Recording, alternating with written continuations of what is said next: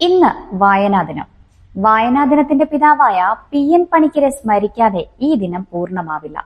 ഗ്രന്ഥശാല പ്രസ്ഥാനത്തിലൂടെ കേരളത്തിൽ വായനയുടെ വിപ്ലവം സൃഷ്ടിച്ച അദ്ദേഹം വായിച്ചു വളരുക, ചിന്തിച്ച് വിവേകം നേടുക എന്ന സന്ദേശത്തിലൂടെ അറിവിന്റെ ലോകത്തേക്ക് നമ്മെ കൈപിടിച്ചുയർത്തി. അദ്ദേഹത്തിന്റെ ഓർമ്മകൾ വായനയുടെ വസന്തം നിലനിർത്താൻ നമുക്ക് പ്രചോദനമാകട്ടെ.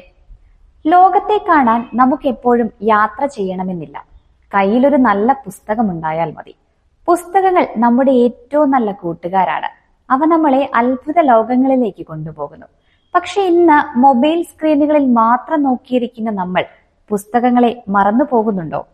ഒരു സ്ക്രീനിലെ ദൃശ്യത്തെക്കാൾ എത്രയോ മനോഹരമാണ് ഒരു പുസ്തകം തുറക്കുമ്പോൾ അനുഭവപ്പെടുന്ന അക്ഷരങ്ങളുടെ ലോകം. അത് നിങ്ങളുടെ ഭാവനയെ വളർത്തുന്നു, ചിന്തകളെ മനോഹരമാക്കുന്നു. വായന എന്നാൽ വെറും അക്ഷര കൂട്ടിവായിക്കലല്ല, അറിവിനെ സ്നേഹിക്കലാണ്. ഈ വായനാ ദിനത്തിൽ നമുക്കൊരു പ്രതിജ്ഞ എടുക്കാം.